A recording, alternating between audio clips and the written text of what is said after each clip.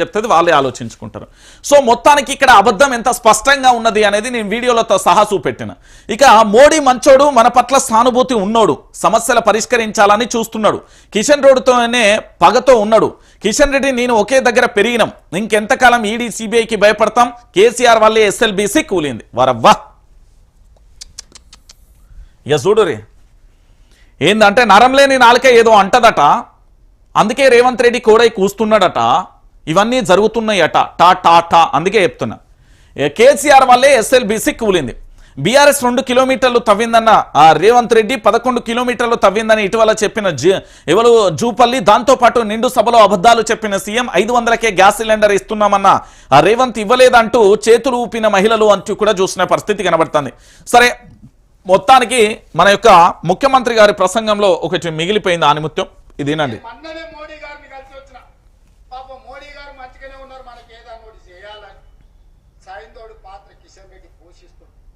సమస్య అక్కడ లేదు, సమస్య ఇక్కడనే ఉంది, కుటిలం ఇక్కడనే ఉంది, కుతంత్రం ఇక్కడనే ఉంది.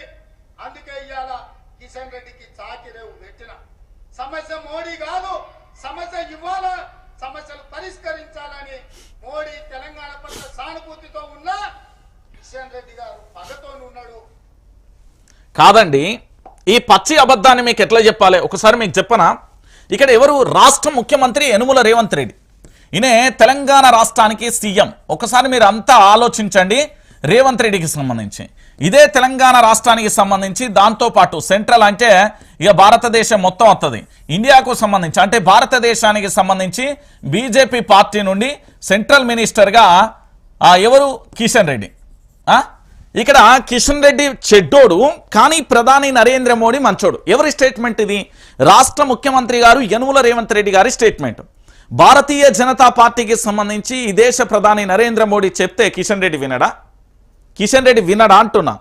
కిషన్ రెడ్డికి పదవి ఇచ్చిందే ప్రధాని నరేంద్ర మోడీ కదా, ఆయన చెప్తే కిషన్ రెడ్డి వినడా? వింటాడు. ఇక్కడ విషయం ఏంటంటే ఇది కాదు. ఇక్కడ విషయం ఏంటి అంటే మనోడు సార్ ఉన్నాడు కదా, మన రేవంత్ రెడ్డి సార్ మీద ఎంక్వైరీ నడుస్తుంది. ఏంది అంటే మీకు అందరికీ తెలుసు, ఒక స్టేట్మెంట్ కూడా వచ్చింది నిన్న.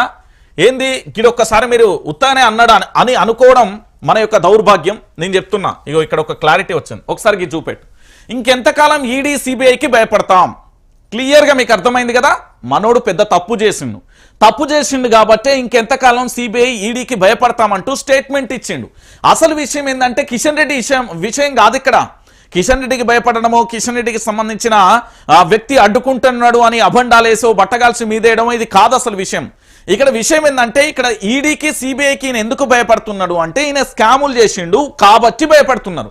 ఇది ఒక అంశం. అయితే ఇక్కడ పూర్తి స్థాయిలో మరొకటి ఆలోచించాల్సిన విషయం ఏంటంటే ప్రధాని నరేంద్ర మోడీని నెత్తి మీద ఎత్తుకోవడానికి కారణం ఏంటి అంటే అతి త్వరలో ఈయన ఎవరు మీనాక్షి నటరాజన్ తెలంగాణ ఇన్ఛార్జిగా వచ్చింది కదా, తను ఏం చేస్తున్నది అంటే పూర్తి స్థాయిలో కూడా ఇక్కడ వాస్తవాలు అంటే రియాలిటీ ఏం జరుగుతుంది, గ్రౌండ్ లెవెల్లో ఏం జరుగుతుంది, వాటన్నింటికి రాహుల్ గాంధీకి పంపించే ప్రయత్నం చేస్తాం. రాహుల్ గాంధీ ఉండొచ్చు, ఏది రేవంత్ మన కాంగ్రెస్ పార్టీలో ఉండొచ్చు, ఉండకపోవచ్చు అంటూ కూడా రాహుల్ గాంధీ ఒక స్టేట్మెంట్ ఇచ్చిండట. రాహుల్ గాంధీ స్టేట్మెంట్ ఏంటి అంటే మీ అందరికీ తెలవాల్సిన విషయం ఏంటంటే రాహుల్ గాంధీ మీనాక్షి నటరాజన్ అంటే తెలంగాణ రాష్ట్రానికి సంబంధించిన ఏఐసిసి దూతగా వచ్చిన మీనాక్షి నటరాజన్ ఏమన్నదంటే తెలంగాణ రాష్ట్ర వ్యాప్తంగా పూర్తి స్థాయిలో కూడా మన ప్రభుత్వానికి సంబంధించి తెలంగాణలో అయితే ఏర్పడింది, కానీ తెలంగాణలో ఏర్పడిన ఈ ప్రభుత్వం ఏదైతే ఉందో ఈ ప్రభుత్వంలో ఉన్న మన ముఖ్యమంత్రి అంటే యనుమల రేవంత్ రెడ్డి మన ప్రభుత్వంలో ఉండొచ్చు, లేదా ఇతను పార్టీ మారొచ్చు, కానీ అక్కడ పార్టీని మాత్రం మీరు చక్కదిద్దిరండి అని తోలిండట. విషయం ఏంది అంటే మనోడి మీద ఈడీ ఉన్ను సిబిఐ దర్యాప్తు జరగాలి. లెక్క ప్రకారం నాకున్న సోర్సు ప్రకారం ఈ 2 దర్యాప్తులు జరగాలి. కానీ ఈడీ సిబిఐకి భయపడతాం, ఇంకెంతకాలం భయపడాలనే స్టేట్మెంట్ ఇచ్చిండు అంటే రాష్ట్ర ముఖ్యమంత్రి యనుమల రేవంత్ రెడ్డి మీద ఎంక్వైరీ ఎక్కడో ఒక కాడ స్టార్ట్ అయింది, కానీ అది ఇప్పటి వరకు ప్రజలకు తెలియదు. సో పూర్తి స్థాయిలో ఇక్కడ జరిగిన విషయం ఏంటంటే ఈయన ఎప్పుడు పార్టీ మారదామా అని ఉబలాటంగా ఆరాటంగా ఉన్నాడు. ఎందుకంటే తెలంగాణ రాష్ట్రానికి సంబంధించిన ప్రజలు చీకొట్టిళ్ళు, ఏ ఓటర్ అయితే ఓటేసి ఇక్కడ గెలిపించిలో రేవంత్ రెడ్డిని గెలిపించిలో అదే వ్యక్తులు ఏ ఓటర్లు అయితే ఉన్నారో ఆ ఓటర్లు వద్దు బాబు రేవంత్ పాలన అనే కాడికి వచ్చింది. విషయం ఏంటి అంటే ఇక్కడ ఇంకొక కిరుకు కూడా ఉంది. ఎవరైతే పొంగులేటి శ్రీనివాసరెడ్డి ఉన్నాడో ఆయన మీద ఈడీ దర్యాప్తులు జరిగినాయి. ఈ ఈడీ దర్యాప్తు జరిగినప్పుడు భారతదేశ చరిత్రలో ఒక దర్యాప్తు జరిగినప్పుడు దర్యాప్తు అయిపోయిన తర్వాత ఖచ్చితంగా ప్రెస్ మీట్ పెట్టాలి. ప్రెస్ మీట్ పెట్టి వాస్తవానికి ఏం జరిగింది, ఏం జరగట్లేదు అనేది కూడా వివరించాల్సిన బాధ్యత వాళ్ళపై ఉంటుంది. కానీ ప్రెస్ మీట్ పెట్టకుండా అడ్డుకున్నారు ఎవరు అనేది మీ అందరికీ తెలిసిన విషయమే. ప్రముఖ వ్యాపారవేత్త ఆదానికి సంబంధించిన కలిసిండు, ప్రధాని నరేంద్ర మోడీ దగ్గరికి రాయబారం వెళ్ళింది, వెళ్ళడం వల్లనే ఆగిపోయింది. ఈ పొంగులేటి శ్రీనివాసరెడ్డి చేతిలో 15 నుంచి 20 మంది ఎమ్మెల్యేలు ఉన్నారు. వీళ్ళని పట్టుకొని బీజేపీలోకి ఎప్పుడైనా రప్పించే ప్రయత్నం జరుగుతుంది. అదే బీజేపీ ప్లాన్ అనేది రేవంత్ రెడ్డి చెవిలో పడ్డది. రేవంత్ రెడ్డి మీద ఆల్రెడీ ఈడీ సిబిఐ ఎంక్వైరీ నడుస్తున్నది కదా, ఈయన దగ్గర 15 మందే ఉన్నారు, నా దగ్గర 30 నుంచి 40 మంది ఉన్నారు, కాబట్టి నాకేంటి, నేనే వస్తా, గీ పంచాయతీ అంతేందుకు, ఎట్లాగూ నేను కాంగ్రెస్ లో ఉండలేకపోతున్నా, సెంట్రల్ లో మొత్తం భారతీయ జనతా పార్టీ బలంగా ఉన్నది కాబట్టి భారతీయ జనతా పార్టీ ఉన్న చోటుకే నేను వస్తా, సో ఈ కాంగ్రెస్ పార్టీ నాకు అద్దు, ఎప్పటికైనా కాంగ్రెస్ పార్టీ నన్ను ఇబ్బంది పెడుతుంది, కాబట్టి కాంగ్రెస్ పార్టీలో నేను ఉండను అంటూ ఈయన మొరబెట్టుకున్నాడు. ఇంకొక విషయం ఏంటి అంటే, ఇదే రేవంత్ రెడ్డికి సంబంధించి ఇంకొక సంచలనమైన విషయం, ఏది చంద్రబాబు నాయుడు, నారా చంద్రబాబు నాయుడు టీడీపీ అధినేత, మీ అందరికీ తెలుసు కదా. ఆయన భారతీయ జనతా పార్టీలో ఉన్నంత కాలం ఈయన కుర్చీకేం కాదు, గుర్తుపెట్టుకొని.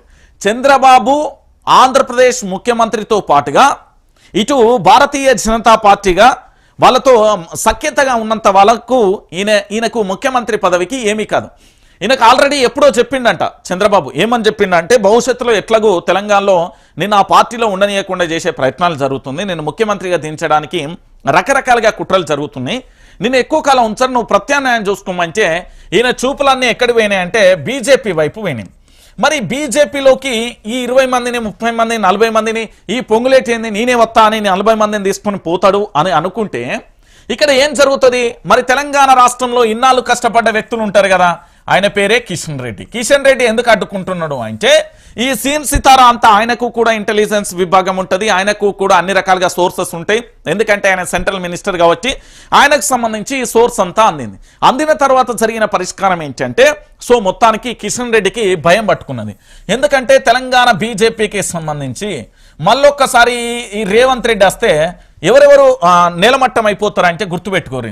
ఇందులో కిషన్ రెడ్డి కీలకతం అవుతాడు, దాంతో పాటుగా బండి సంజయ్ కేసర్ అవుతుంది, దాంతోపాటు ఈటల రాజేందర్ కేసర్ అవుతుంది, దాంతోపాటు ధర్మపురి అరవింద్, మళ్ళీ దాంతోపాటు రఘునందన్ రావు.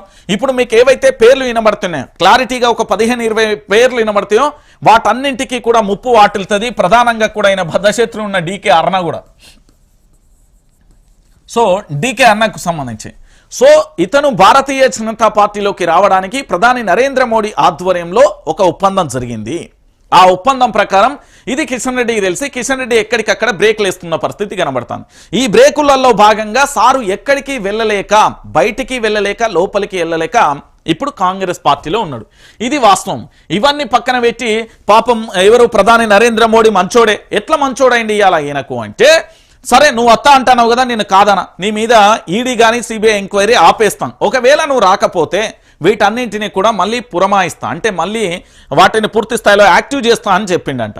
ఇంకొక విషయం ఏంటంటే, ప్రధాని నరేంద్ర మోడీ ఇప్పుడే మనోనికి ఎందుకు అయిందంటే, వీటన్నింటినీ కూడా ఆపేయడం ఒక ఎత్తు అయితే, ఇంకొక విషయం కూడా మనం బయటకు వచ్చింది. ఏంది అంటే, ముఖ్యమంత్రి హోదాలో ఉన్న వ్యక్తికి ప్రధాని నరేంద్ర మోడీ పట్ల గౌరవం, ప్రేమ, అనురాగం ఉండడం అది వేరు.